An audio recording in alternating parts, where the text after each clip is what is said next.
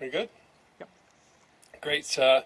Thanks, everybody. I'm here in Kamloops in front of the Wildfire Emergency Center for all of British Columbia. I'm with the Minister responsible for Public Safety and Emergency Management BC, Mike Farnworth, and the Minister responsible for Forest Lands, Natural Resource Operations and Rural Development, Katrine Conroy. We were joined today by MLA Jackie Taggart, MLA for the region, and we did a flyover of a number of the fires that are hot spots here in the Kamloops district, as well as going to a flyover of Lytton, and then stop to speak to the crews on the ground in Lillooet. We did also take the opportunity to come back and look at, I think, a natural crisis that's been forgotten in all of the other issues of pandemic and fire season, and that was the slide at Big Bar, which had a profound impact on salmon 2 years ago. It was good to see the amount of work that's taken place there over the past 2 years, but still more work to do to restore those salmon runs to their, at least to levels that we can hope that will keep them going forward into the future. It was a moving experience, I think, for all four of us to fly over Lytton and to see the devastation there, the damage of a once vibrant community at the coming together of the Fraser and the Thompson, and to see literally nothing left. On the other side of the river, however, there was hope. On the west side, there were homes and farms and other activity, and I'm confident that as we get through this crisis period and get back to the rebuilding that we know everyone in the community wants to see, there will be a lot of hope because of the resilience of the Indigenous communities, as well as those who live outside of the Lytton town site. Having said that, we couldn't help but be moved to talk to firefighters in Lillooet that live in Lytton. Their homes are now gone, and yet they continue to be there for British Columbians on the line, fighting the fires at McLean Creek, fighting the fires in and around Lytton, and it just was inspiring. Despite their personal loss, they remained stoic and focused on the task at hand, working with people from around British Columbia who come together annually, regrettably, in more devastating circumstances over the past number of years, to do what they can to push nature back when it comes to fires that were ignited by lightning, and also to push back on those fires that may well have been human-caused. A deeply moving day for all three of us, but we're happy that we had the opportunity to see firsthand and to talk to people on the ground, and we're happy, I think, to take any questions you may have at this time. On the phone line, and then I have a couple of reporters here, so if you have a question and you're near me, just raise your hand and I'll run the mic over to you. So our first question today is from Georgie Smith, CBC. Go ahead, Georgie.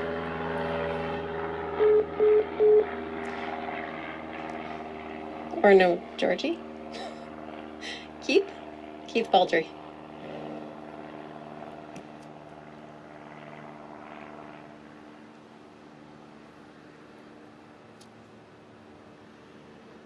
I think NL has a question.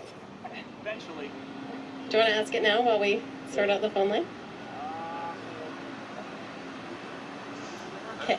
I've got a question for you, John. Sure. Hang on, you just have to use the mic. Oh. You have to say your name and where you're from. Chad Klassen from CFJC TV in Kamloops, talking to some ranchers in the Sparks Lake wildfire region, Skeetchison and Deadman Valley, and some other areas here in the interior. They're frustrated with a lack of response from the BC Wildfire Service. They're fighting fires basically on their own. They did want me to ask, why has a state of emergency not been declared? Well, firstly, we did fly over the Sparks fires, and there were numerous plumes throughout coming at your community. So I have a great deal of concern, and I share that with them. But I am confident that everything that can be done is being done from this centre here in Kamloops. I'll pass the mic to Minister Farnworth to talk about the notice of emergency. We have been, as you will know, in a state of emergency for over 14 months. As a result of the COVID-19 pandemic, and we're confident that every resource that can be mustered is being mustered. State of emergency is not required to do that, but I'll let Minister Farnworth explain how we come to those conclusions and where we go from here. Thank you. So in terms of fighting the fires, the Wildfire Service obviously takes the lead. They have the ability to access all the resources that they require in terms of personnel, for example. They're almost, with contractors, over 2,700 men and women fighting the fires right now in British Columbia. In terms of help from the federal government. There's a request for assistance. It's already been approved, so federal resources are here. There are over 175 planes in the air, helicopters and aircraft fighting the fires. In terms of when a provincial state of emergency is required, that's based on the advice and the expertise of the men and women in the BC Wildfire Service and Emergency Management BC. These are the men and women whose job it is, and their expertise is what decides when it is time to put in place a provincial state of emergency, and they provide that advice regardless of which party or government is in power. And when they tell me that it's now time to move to that provincial state of emergency, that is when we do it. It's not a political decision. It's not done on the basis of, oh, we need one. It is done on the basis of the advice of the men and women in the BC Wildfire Service, and I have every confidence that when they say it's time to put one in place, we will put one in place. Hi, Premier. Victor Kaiser with Radio NL. Just a question. I know the TNRD has been pushing, I believe, the province for a backcountry activities ban. The mayor of Lillooet as well told me today, or yesterday rather, that his biggest concern is lightning, and quoting him, people doing stupid things in the backcountry right now. We know on July 1st there was some fireworks set off in Kamloops when a neighborhood was burning as well. So is that something that you could be seeing happen, not just campfires and open burning, but also a restriction on backcountry activities? We met with the mayor of Lillooet today, and he was one of the first calls I made last week, and we took action immediately on backcountry activity in and around that community, and as well throughout the region. You can't legislate against people doing stupid things, however, and lighting off fireworks at this time is unimaginable to the vast majority of British Columbians, and no amount of policy is going to change that. But I'll ask Minister Conroy to talk about her role responsible for backcountry, and also working with industry on making sure that when we get to that place where there needs to be a cessation of all activity, where we step in and take that action. Thank you, Premier. And so the BC Wildfire Services have declared any areas around the fire closed, any backcountry areas around the fire closed. We also utilize people that work in the backcountry. We contract with them to help us to put out the fires because they work there, they know the area, they know the country, and they know where they're going. So people might see loggers, for instance, people that work in the forest industry out in the backcountry. They are actually on contract with BC Wildfire Services helping to fight the fires. So we're very aware, and where we need to close the backcountry, we have. Any follow-up? Follow-up, similar. I'm not sure, this might be putting you guys a little bit on the spot, but I know the city today, we had that fire in the Juniper neighborhood that about 400 homes were threatened. Nothing was damaged, nothing was destroyed. The city's committing to building a second access route, and I know there's been some talk from them to potentially contact the province to see if there's any way you can help out as well, because we're looking at lots of residents with really only one way in and out, and I'm sure there's lots of communities and lots of neighborhoods that might have similar questions for you if there's something you can do to help. Well, thank you for that. I haven't been contacted. Obviously, it's early days, but these are the types of things where communities need to come together.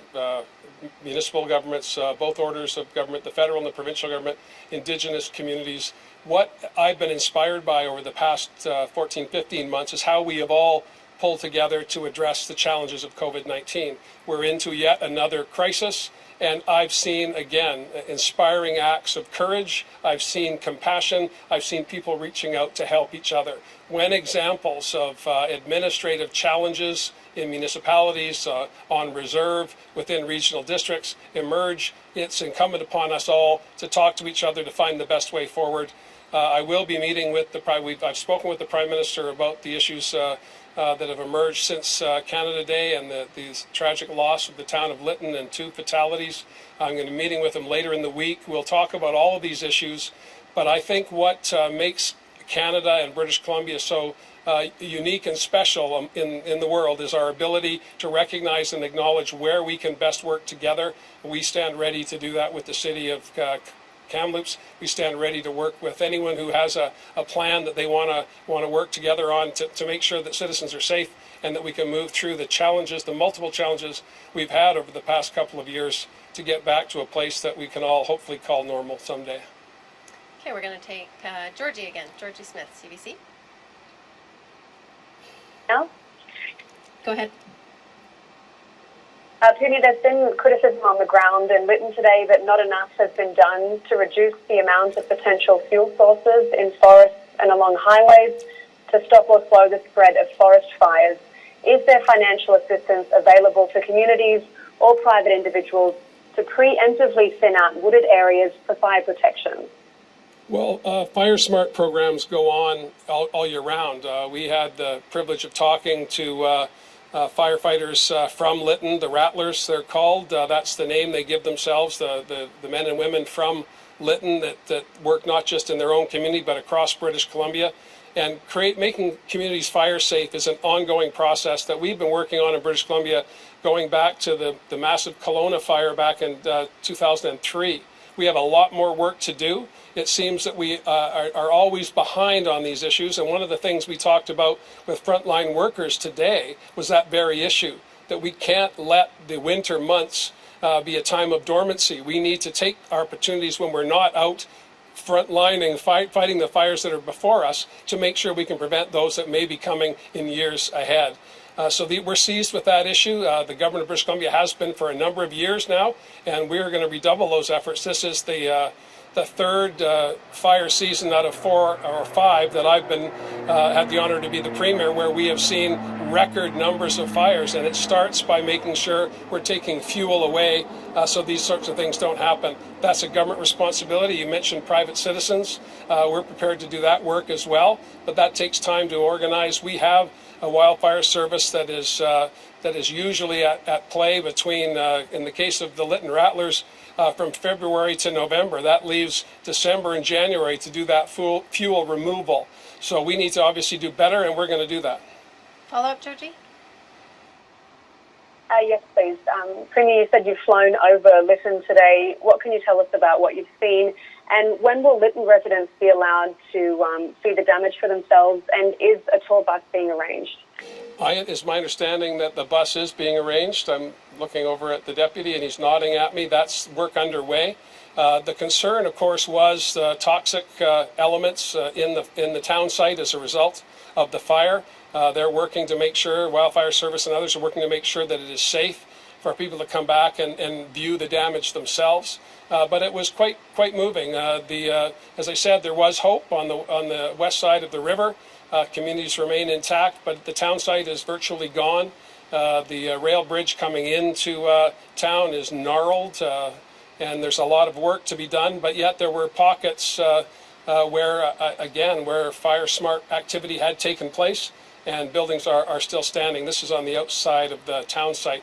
But as soon as it's safe, we want to get people back so they can start to bring closure to this most horrific of experiences for them, and then start that long road to rebuilding. But the good news is people want to do that. The people that I've spoken to are anxious to get back into town and start doing the work that they need to do to rebuild their community stronger than it was before, with a view to the future, with a view to building a community that is representative of the challenges we have with climate change. Lytton had the highest temperature. It was hotter than Saudi Arabia, was what one of the firefighters said to me today, last week. And that is something that we need to manage going forward. And the town of tomorrow will not be the town of the past. The community's ready for that, and the province stands ready to help them do that. Next question is from Keith Baldry, Global News. Premier, the heat wave exposed a number of things, including the fact that on the West Coast we don't have air conditioning for the most part. We had many people presumably died in their homes where it was even warmer potentially than outside. Is it, given that this is probably not a once-in-a-lifetime event and maybe a regular occurrence, according to climate experts, are things like revisiting the building code when it comes to building things and installing mandatory cooling requirements something you're going to have to look at? Well, our Clean BC plan does envision the buildings of the future being climate friendly and ready to take on the challenges of a changing world. But that's going forward. We have, of course, infrastructure and dwellings that are historic, and we need to take time to figure out how we best address those issues. Minister Dix, who's not with us today, is already seized of those issues. Public Health is going to be working with the Coroner Service to take an assessment of what happened during the heat period, or the heat dome. We did have, of course, engagement through the health authorities with British Columbians that were already connected in one way or the other, either through home care or some other service provided by the province. But for those British Columbians who did not have any connection to a government service, we couldn't determine what their condition was. Air conditioning, again, as a born and raised British Columbian, a coastal British Columbian, something we never ever considered. In fact, even getting air conditioning in a car didn't seem required, but now it's an essential. We're going to clearly have to change how we do business. And the challenge for all of us as citizens is to take a look at what we've experienced over the past number of years and then take stock of how we prepare for those coming seasons. And that means, again, going back to the question, earlier question about making sure that we're reducing fuel in the interface, making sure that we're building in a different way. I think Lytton can be a case study for North America in how we build a community for the future. I'm excited about that, and I know a number of citizens are as well. Keith, do you have a follow-up?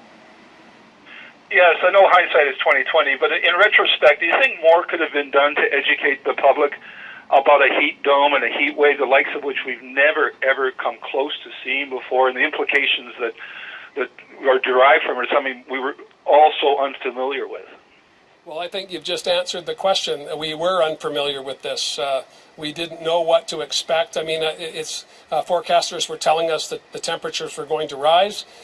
We acknowledged that, and then we thought, well, it's June, we're almost into the summer. We did what normal human beings would do. We tried to absorb information that was foreign to us and continue on in our regular patterns. Well, the lesson we've learned is that this is not necessarily a one-time occurrence, and we now have to prepare for successive seasons like this. We have learned since the fires of 2017 and 2018 that this is the way of the future in our rural communities, those that are forested. We need to do that work to make them fire safe, and that work starts here in this facility with these employees and then branches out into regional districts, into municipalities, and into Indigenous communities as well. But hindsight, I don't have. I wish I did. And we're going to have to work harder to make sure that we don't duplicate the experiences we've had over the past 4 years, whether it be our management of a global pandemic, whether it be the floods that we've had in the intervening years when we didn't have fires, and then, of course, dealing with the challenges that we're seeing so graphically this week. Vinder Sajjan, CTV. Lytton, as you know, a number of people are have almost nothing, just the clothes on their back. We've spoken to some who say they know that they have housing and food to eat for the next couple of days, but they're unsure about the medium term, what is going to happen. Obviously, rebuilding would be a long-term process, but what support can you commit to giving people in Lytton who have virtually nothing left over the medium term? I spoke with a Lytton resident who had refuge in Vancouver. He's a recent resident, been in the community 10, 15 years.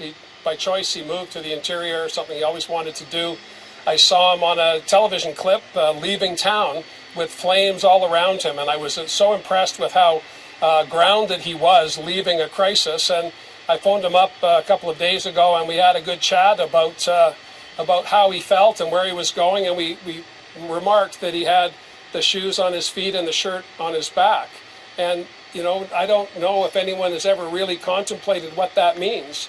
But here was an individual who was facing that square on, that he was happy to be alive, he was happy to have comfort and solace with friends, and he was going to put his mind to where am I going to get another pair of pants, where am I going to do these basic things. And these are basic things. It's not about when am I going to get back into my condo? When am I going to... Some of the challenges that we oftentimes say are enormous challenges in our lives. These are individuals that have nothing but the clothes on their backs. And our commitment collectively, not just as a government, but as a province, is to do what we can to help. And we've seen overwhelming support from communities right across the province. I was speaking to the MLA from Abbotsford the other day, and the volume of clothing and food and money that's being raised in Abbotsford to help the people of Lytton is almost record-breaking. I'm confident that we'll be able to coordinate all that. I'll pass it on to Minister Farnworth because the emergency social services elements are his responsibility in this setting, but we're prepared to do whatever we can, and the good news is that British Columbians are right behind us on that. Thank you, Binder. So emergency services kicks in right from the moment the disaster takes place and is there to support people right through until they can start to get back on their feet. They have an incredible experience from other previous fires in previous years and floods in terms of finding accommodation, supporting people in the accommodation that they're going to need, whether it's for a single individual, whether it's for people with families, ensuring that they are, the food supports and the ability to access the services that they require. So emergency services will be on the job not just for a few days, but for quite some time to come. Binder, follow up. Yeah, and just looking back to the 2017 fire season, I know there was an announcement of millions of dollars and work with the Red Cross. Are we just not at that point yet, or why hasn't the province announced a fund to help people? I know you've spoken about the fundraising that individuals are doing on their own. Oh, I'm messing with the microphone. Sorry, Vinder. That investment in 2017 did not get fully subscribed. The Red Cross still has those resources, and they come into play in previous years as well. We're going to be working with all providers to make sure that the resources are there. We have been doing, again, we're now, the three of us are 4 years into this exercise of working within governments, and we know more now than we did then, and we're going to be able to make sure that we move resources more effectively than we did in those first few weeks back in 2017. But I'm confident that the Red Cross is at the ready, as they always are, to step in, and we do have the resources. Again, Minister Farnworth, Minister Conroy, and I are all committed to making sure that those resources leave government and get into the hands of people so they can do the work that needs to happen. This is a massive undertaking in Lytton, to be sure, and I want to remind people it's the first week in July and we have a long summer ahead of us. We're not under any illusion that the crisis has passed. We are in it, and we're going to keep working as hard as we can to keep people safe. The Sparks fire is a good example.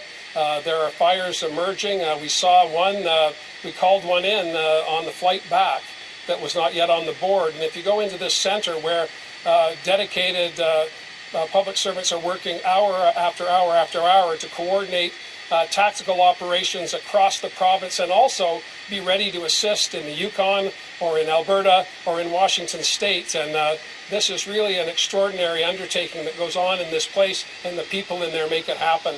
Again, the federal government, as Minister Farnworth has said, has already started to deploy resources. I'll be talking again to the Prime Minister. I think we're in good shape in terms of collaboration. There are those moments where communication falls apart, whether it be with a regional district, a local council, an Indigenous council, whatever it might be. We always have to redouble our efforts, but this is an across-ministry effort on our part. All ministers who have a connection to delivering services to people are engaged in this, and we're going to keep doing that till we get through this fire season and into the fall. Next question's from James Keller, Globe and Mail. Hi, Premier. We've heard concerns from the Lytton First Nation and the Tribal Council that represents them and several others who have concerns about the province's handling of the evacuation and the subsequent relief efforts. The issues include poor communication, inadequate resources in the past week or so, and they're also concerned about the resumption of rail service through their communities. So I'm just wondering if you can respond to these complaints and just tell me what the provincial government is doing to address them. Well, I reached out immediately to the leadership of the Lytton First Nation. Extraordinary Acting Chief John Horgan was talking to me on the phone while he was directing activities in his community. This was early days. I met with his nephew today on the fire lines, who was out. His home is gone, but he is on the fire lines working to protect other people. These are always challenging times. The communication has been as direct and candid as it can be. I don't want people to hold back. I know that some leaders have been harsh. We've reached out and continue to reach out to them, and we're going to do it the best we can. It's a crisis situation. People are going to be unhappy. I get that, and it's not personal. It's not a failure of the government. It's a failure in a time of great stress and anxiety. There's no fault to be apportioned. The resources are there. They'll continue to flow. With respect to the evacuation, it was minutes. I talked to the mayor, and he was literally smelling smoke, and 15 minutes later the town was ablaze. You don't have a lot of warning in those circumstances. With respect to the cause of the fire, that's currently under investigation. We'll have more to say once that investigation is completed. James, do you have a follow-up? Yes, we've heard from several members of the Tribal Council who are talking about the potential for rail blockades if some of their concerns, including with rail traffic, but also some of the other issues I mentioned, aren't addressed. What are you doing to ensure it doesn't come to that? Well, again, with respect to communication and delivering services, which is our responsibility, we'll continue to do that. The federal government and Transport Canada is responsible for the railway. They're the primary decision makers in this instance, and we'll leave it to them to speak on behalf of the rail operations.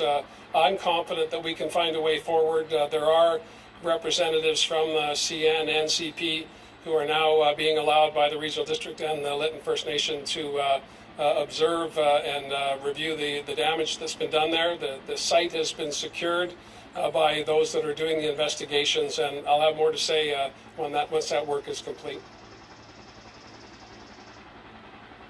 This question is from Marcella Bernardo, News 1130. Hi, Premier. I'm hoping, I don't know if you said this right at the beginning, but is it possible to get an update on anyone else who may have died in this fire? Because at last count, we had that two lives have been lost, and we haven't been given any kind of update about whether anyone else may have perished. Marcella, I'm not aware of any others. I've not been briefed on any other fatalities other than the two that were announced recently. And we're, again, the town site is clear. They're working with concerns about toxicity at this point, but neighbors and family members and community members will be able to access the community shortly. That'll be overseen by the Wildfire Service. And again, it's going to be a traumatic experience for people. I know, again, I hearken back to those brave men and women who live in Lytton but were not home when the fire struck because they were elsewhere protecting other people.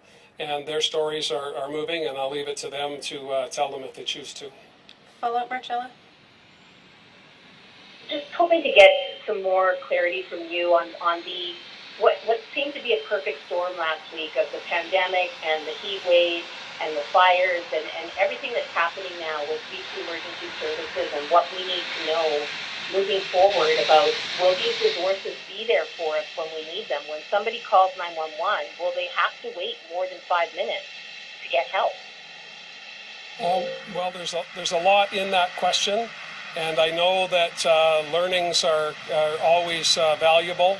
I know that the issues around the heat dome in the Lower Mainland and accessing emergency services is being reviewed.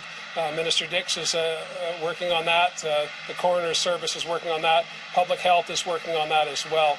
It was a convergence of a whole host of issues at the same time, without any doubt. Again, we were a bit jolly on Tuesday, I have to say.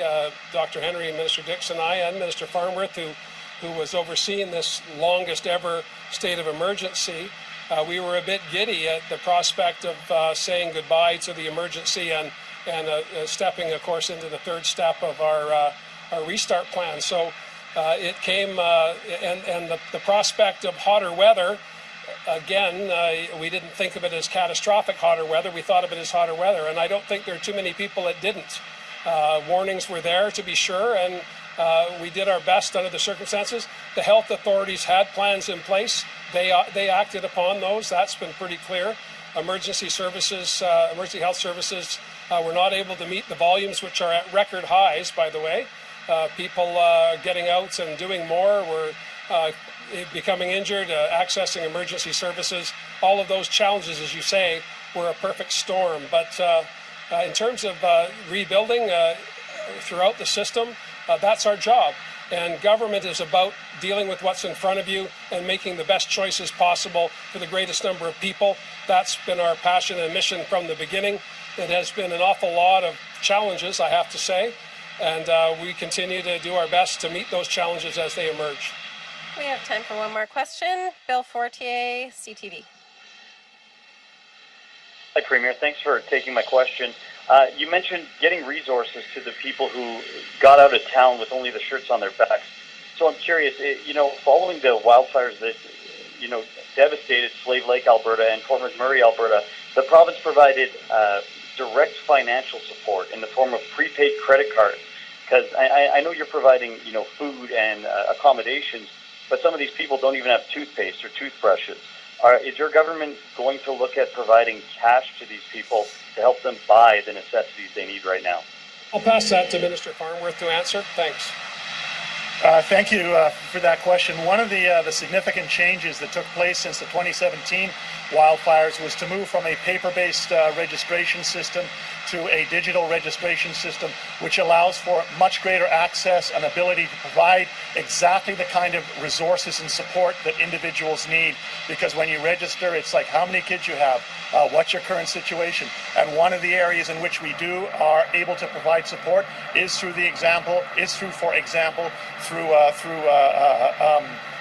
debit cards, prepaid cards that allow you to get the kind of supplies that you may need, the kinds of, whether it's toothpaste, for example, or groceries or however. So that is the kind of support that we are able to and do provide. Bill, do you have a follow-up? Just for clarification from Minister Farnworth, are you saying that it's being provided? Because we've spoken to a number of evacuees who have asked for that and say they're not getting that. Those are the kinds of things that are provided. Initially, people do have to register. The supports are there. Emergency Management BC and the Emergency Social Services have the ability and the resources to provide the supports that people need. That's all the time we have. Thank you, everybody, for joining us. Thanks, everybody.